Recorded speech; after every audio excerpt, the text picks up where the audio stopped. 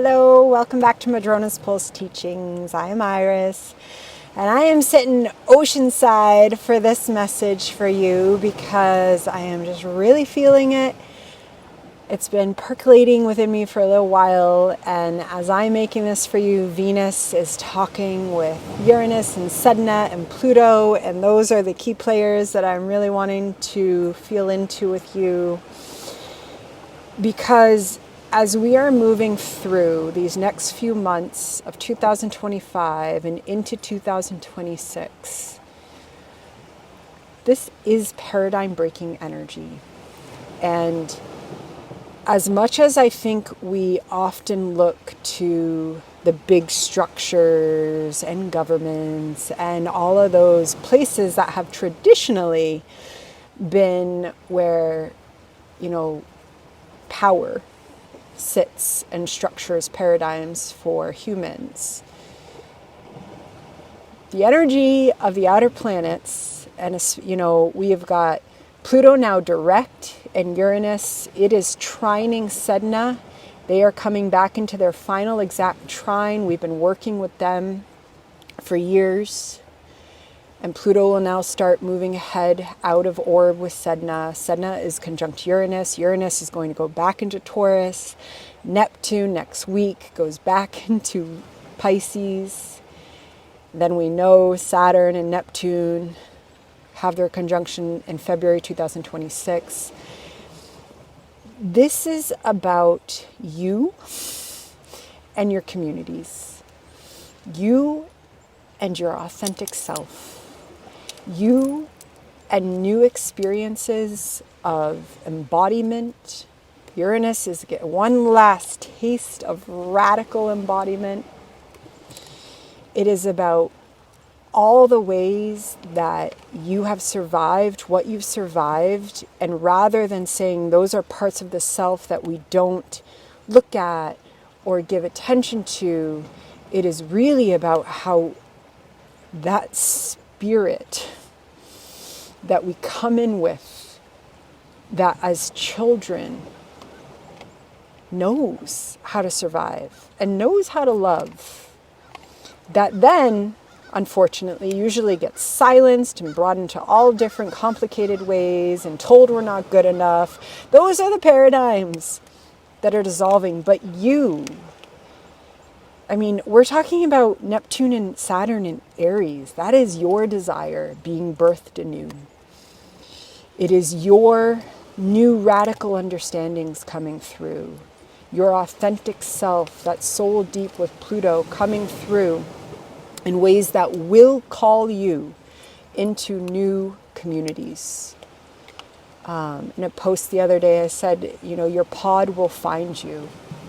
And that is really part of that Aquarian and Uranian energy, is that as we embody what we are called to in our most authentic self, that's always growing and always evolving, we will find our pods.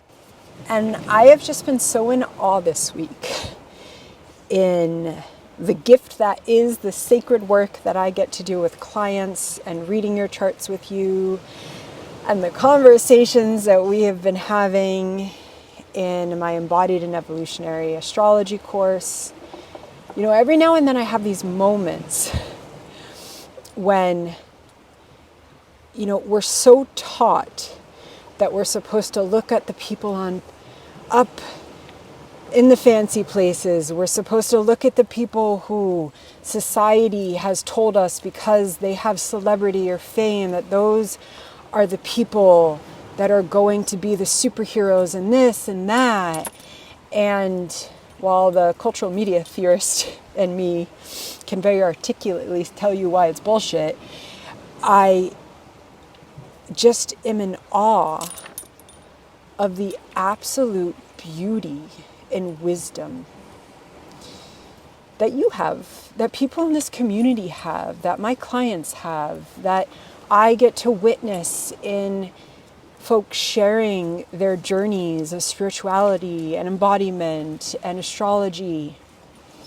And this, your wisdom, especially the parts of yourself and your journey that the mainstream has not made room for, that absolutely goes to the heritage of patriarchy intersecting colonialism and imperialism, white supremacy, ableism, sexism, all of it, because it's all real and it does need to be named. And it impacts us in our micro level lives in very complicated ways that can never be put into a one size fits all box. But all of those ideologies of power, they end up silencing and teaching us to repress and not honor the wisdom and the beauty that you hold within you, that also connects us to nature and lineages of wisdom that has been silenced and refuses to be silenced. And right now, as Pluto is direct, it is going to come into its trine with Sedna. And this is lineages of wisdom that will not be silenced. It is radical and it is transforming, and it requires simultaneously radically new and ancient old ways of being. You know, and for me, it's my witchy ways. It is the intuition and the wisdom. I mean, we're talking about Saturn and Neptune coming together conjunct in Aries in 2026. This is a birthing of primal fire wisdom that is coming into a new reality because it hasn't been time. And now it is time. And so as you move through these next few months, you know, on the one hand, it really is just allowing and witnessing. But allowing and witnessing the parts of yourself that are yearning for your attention and your love. That is your wisdom sharing.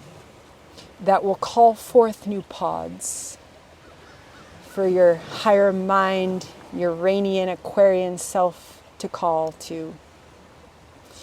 You know, and the way that we are shifting what being in community even means, what community means, what purpose means. We are talking about coming into new ways of doing this human thing. And it is coming with a collapse, and I think it's important to hold the collapses here and witnessing it and the struggles for power and the violence that creates. I am definitely not of the spiritual bypassing where we just kind of don't allow that because it's here. We also can't let it control, and we also need to acknowledge that that is the collapse. And we are all co-creating something new, and especially those of us on spiritual paths, allowing the process, feeling the call. That is such beautiful, courageous work. Not getting pulled into the old constructs and paradigms that most of us have internalized. And that is work of unlearning. And yet at this moment with the outer planets and what's happening, the unlearning is an evolutionary jump. And whereas before, what maybe we had to spend 10 years in therapy looking at, and probably if we're in there 10 years talking in circles with, you know, this is like the evolutionary jump that says, like, looking at your natal chart, what is your moon sign?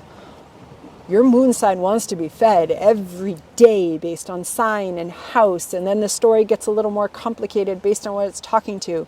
But astrology shows us such a different way to be with ourselves, to feed ourselves, to nourish ourselves. Ways that when we're taught there is a one-size-fits-all route to wellness, route to health, route to this, it often doesn't respect what each person needs.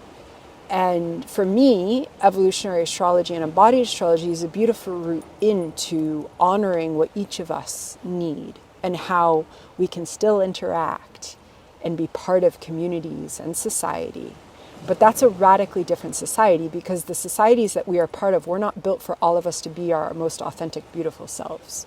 They were built for a very small group of people to hold power, and they are still built for that.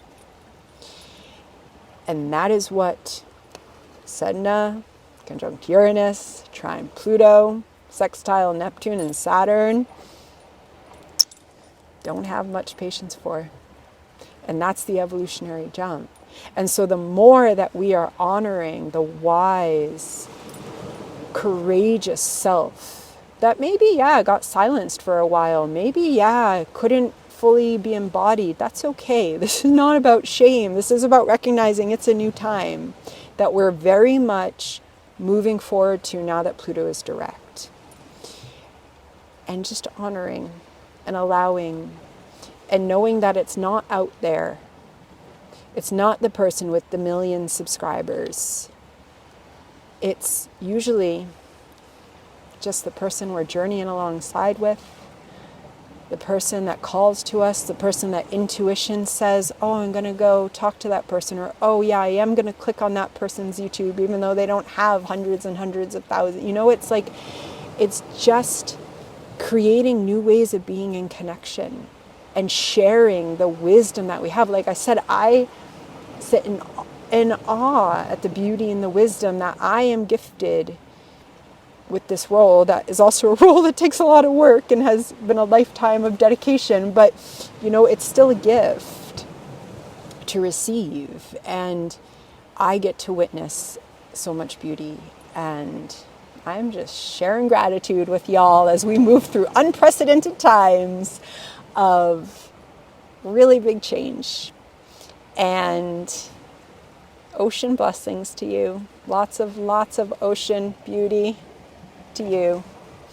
And I'll see you soon. Bye-bye.